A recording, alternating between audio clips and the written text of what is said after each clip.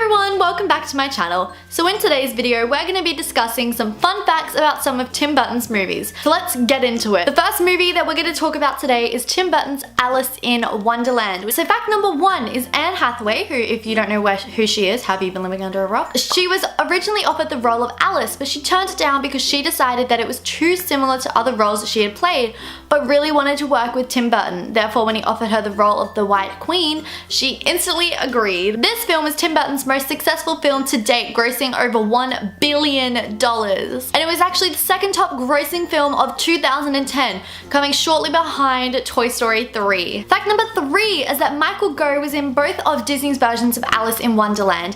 In the original classic Alice in Wonderland, he played the role of the March Hare, and in Tim Burton's Alice in Wonderland, he played the role of Dodo. This was unfortunately the last movie that he ever filmed because he died not long after at the age of 94. Fact number four is that both the Red Queen and the White Queen's castle should look fairly similar because they were both actually designed off of Disney's Cinderella castle at Disneyland. And the final fact for Alice in Wonderland is that the post-production was crazy. Tim Burton was still editing the movie up to 2 weeks before the release, which is insane. Okay, so now we're gonna move on to another popular movie by Tim Burton, which is Charlie and the Chocolate Factory. So fact number one, watching this movie growing up, I was always wondering if all those chocolate bars were real or if they weren't. And the fact is, they were real. Nestle donated over 1,850 chocolate bars to the production of Charlie and the Chocolate Factory. So fact number two is that Tim Burton likes to often work with the same actors over and over again, hence why Johnny Depp has been in all these movies with Tim Burton. And this movie, Charlie and the Chocolate Factory, was the 5th time that the two had collaborated together in the past 15 years. So fact number three is that in the flashback where Willy Wonka is seen wearing that really big metal brace, that is not part of the book, and it's actually a reference to Tim Burton's own childhood. This is something he does a lot throughout his movies, and it's even claimed that movies are kind of like really expensive psychological lessons. Lessons? What do you call those things? Psychiatrist lessons?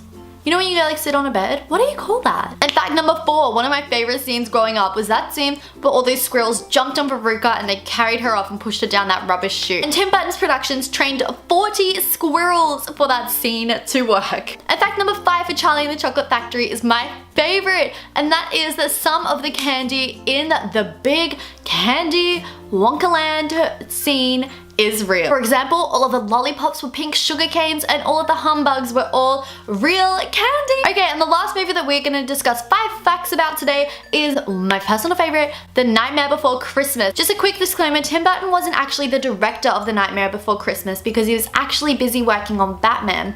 However, he was the producer and he did come up with the idea, and it's called Tim Burton's The Nightmare Before Christmas, so we're gonna include 5 fun facts. If you are interested, the movie was actually directed by Henry Selick, who has also directed a bunch of other stop motion movies such as Coraline, as you all know, is one of my favorites. So fact number one is that each second of the movie was 24 frames per second, which means that they had to position the characters 24 times for 1 second of footage. And to give you an idea of how long that took, there were roughly 110,000 frames in the movie. And in order to make 1 minute of the movie, they had to work the entire week, and therefore making this movie took 3 years. Fact number two is that this real life set was very miniature, and so that the animators could get up and move the characters, they had little trapdoors throughout all of the scenes so that they could pop up and change it. Fact number three is that the composer and lyricist Danny Elfman didn't have a script or anything to go on when he wrote his songs. He literally just asked Tim Burton to describe the scene to him, and he went off and wrote all of the songs,